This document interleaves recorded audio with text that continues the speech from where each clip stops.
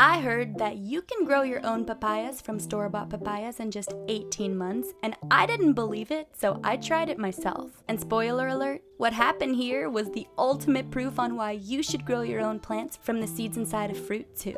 I mean, why just buy a plant when you can grow it from scratch and make your backyard the coolest place in town? Right? Well, to tell a story right, you gotta start from the beginning, so let's rewind to 2 years ago, shall we? It all started with this papaya right here.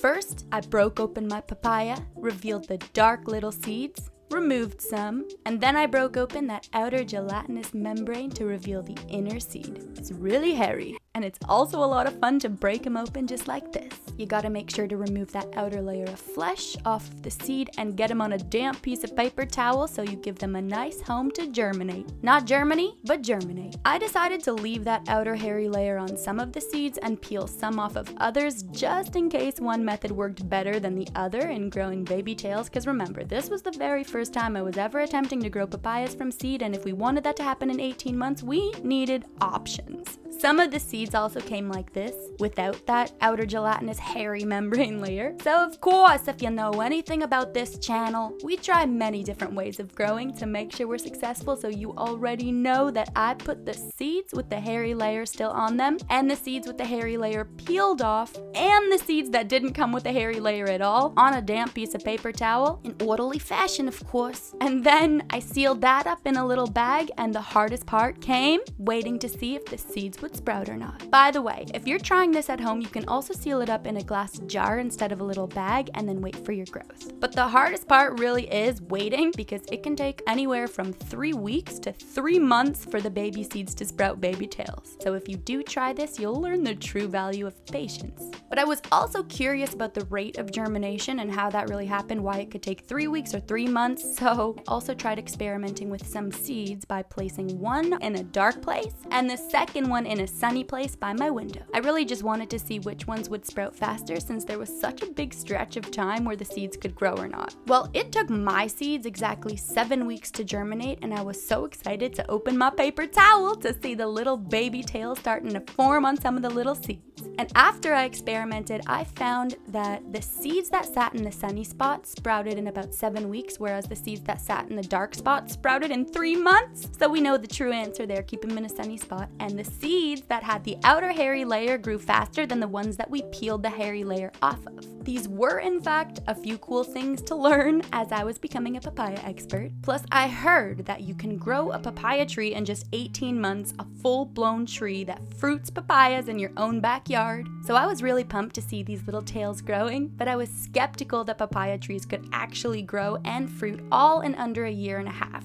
But I learned that papaya plants are known for their element of fast growth. They can grow several feet in a year under ideal conditions, and that's why they're such a popular choice for tropical and subtropical home gardens. And that really means that with a warm climate, the right papaya variety, optimal care, and protection from the cold can all help you grow papayas in less than 18 months in your own backyard, or on your balcony if you're growing fruits like us in an urban environment, because that is possible. I'm doing it myself. Anywho, once the little tails grew even more, about 3 weeks more of leaving them in the paper towel, they were finally ready to transplant into a little bit of soil. So of course, you already know I did just that. I was darn well pumped to watch our baby papaya tree begin to grow. Even though the fruit ain't so pretty, you can darn well bet your bottom that the cute little baby plant most definitely is. And as I watched the growth of our baby papaya plant grow, I learned that if you're using papaya seeds from a grocery store to grow, it's most likely going to be a bisexual plant. There are actually 3 different types: male, female, and bisexual plants.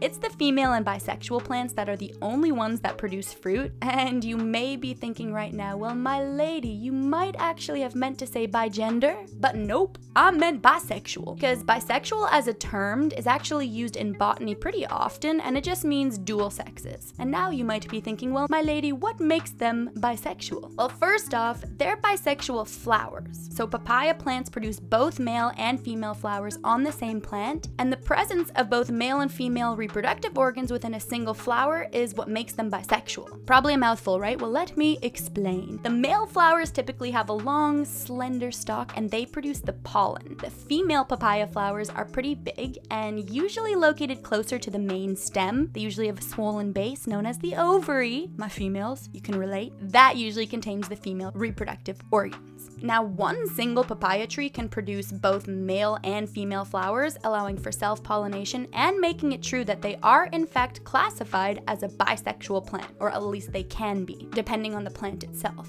That also means subsequently that the fruit can develop without the need for cross-pollination from another papaya plant. And listen, I don't know how long the grocery store has been lying to us, but way too long, okay? Because these facts blew my mind. I wanted a bisexual plant.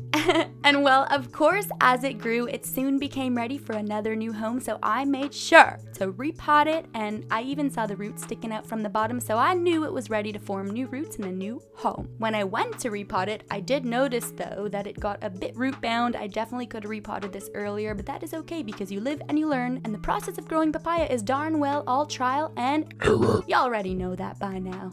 But you know what fixed it up good? It stayed outside for 2 more weeks until the winter came. Don't worry, it didn't die just yet, but I am from Canada, and if you know anything about the Canadian winters, it's a very depressing state of mind to be in during the months of November to March, when the white fluff starts coming down from the sky and the clouds, and all of our dear children of plants having to come inside with us so we don't throw all our hard work in the garbage. But that also means that this was the time that we needed to bring our papaya plant inside because the winter came, and I was very nervous because papaya trees are tropical plants. They need the right conditions to survive, so I really didn't want it to die after spending 8 whole months growing this thing. Listen, if we can grow papaya in 18 months, that means we only had like 9 more months left or something. Do the math for me, thank you. But I hoped for the best, did one last repotting in a slightly bigger pot, and then I brought the plant inside, hoping for the best, not expecting the worst. Okay, maybe I was, I'm not sure, but I waited a whole 9 months till the summer came around. And even though during the winter I was keeping this thing in my grow box, this is what ended up happening to our baby papaya plant. I shed a few tears, and you darn well already know that I was not happy with these results because I wanted a papaya tree that actually yielded real papayas, and in Canada to boot. Plus, if you can grow a 20-foot papaya tree in 18 months, I knew we needed to try this again. So I walked over to the local store. Oh, who am I kidding? I darn well sprinted and got another papaya. Brought it home, and I was so excited to cut it open. This time, I cut open my papaya, revealed the dark little gelatinous seeds, removed some of that sticky layer to reveal the inner hairy seed, and got some of the seeds in a little cup of water. This time I soaked the seeds for 15 minutes. I did this because I thought maybe soaking the seeds will help them germinate faster and remove any excess papaya flesh off the seeds to prevent any mold. Once 15 minutes passed, the water turned bright orange, and I knew they were ready to be removed and placed on a damp piece of paper towel. This time though, I knew that the germination rate would be faster with the hairy outer layer of skin staying on the seed, so we did not peel that off, but I did remove the gelatinous layer that stayed stuck to any of the seeds that we were soaking in the water. There were a few that needed some help, and we got them ready to germinate.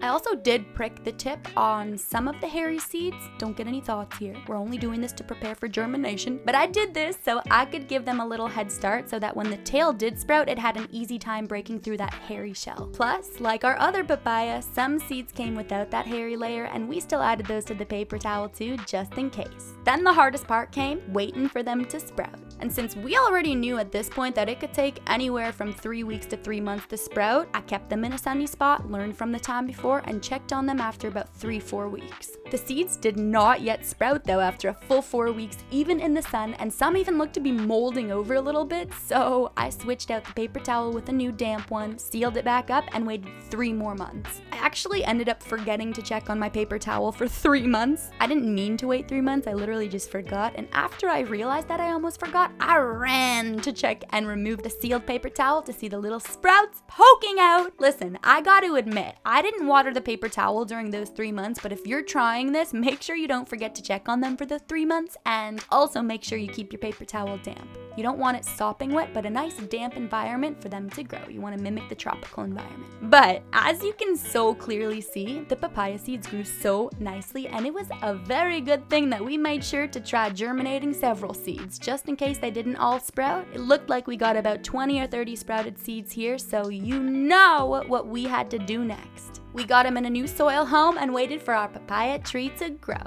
I actually had so many seedlings that I got them in 2 separate pots and waited for them each to sprout individually. And as I waited for my papaya plant to grow, I learned that there are actually white papayas in the grocery store, or green, I guess, and you can buy them and eat them and grow them. I was lucky enough to find one and get my hands on one. I learned white papayas are actually just an orange papaya, but they're picked at a different stage of development. So they have a different taste, a different texture, a different appearance. And honestly, I found it pretty cool how papayas can be harvested while they're still green on the tree, because they continue to ripen after picking, but they do stay green and they don't turn orange. And of course, we attempted to grow the seeds inside of this white papaya. I removed the seeds, you know the drill, tasted the fruit of course, which ended up tasting something like a cooked jicama. It was better than the orange one because it didn't smell like doo-doo, and then I got the seeds on a damp piece of paper towel to get them ready for germination. I also learned that papaya seeds can be used for digestive support or even to get rid of internal parasites. I'm sure you've seen that all over the viral internet. The seeds apparently contain natural compounds that are said to help expel certain types of parasites from the gut. So to actually use papaya seeds as a potential natural remedy for both parasites and digestive support, you can collect them, clean them, make sure they're from a ripe papaya, and then chew them. You can even crush them with a sweetener or just swallow them whole. You might see benefits.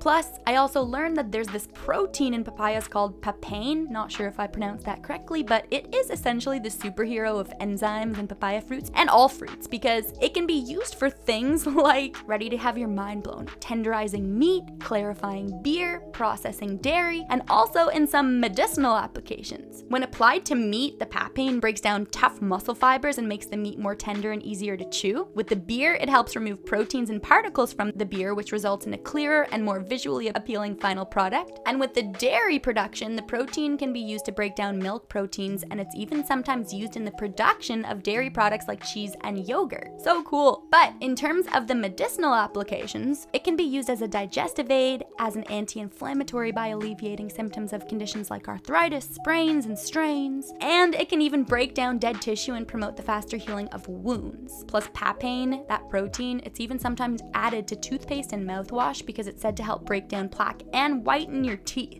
And don't forget skincare. The protein is often found in cosmetics. They are literally the king of seeds. Anywho, as I wait for my white papaya seeds to grow, if they ever even will, because the seeds might be less viable for growing since they're picked from the tree early, I ponder at the thought of how exactly I'm gonna grow my own 18-foot papaya tree in just 18 months, all the while living in Canada. If we're lucky, soon our papaya plants will grow up and look like this. And even if that doesn't happen by the end of this summer, maybe it will by next. So it all started with one orange papaya, that turned into a second orange papaya, a white papaya, and a whole learning process of how to grow papaya from seed in a number of ways. And of course, so that you can grow it successfully the first time around instead of like the 10th like me. That's why I do this first, so that you don't have to. Listen, I wanted to try growing a papaya plant from papaya seeds, and even though we haven't yet grown our 18-foot tree, I still have faith. We just gotta give it time, around another year or so.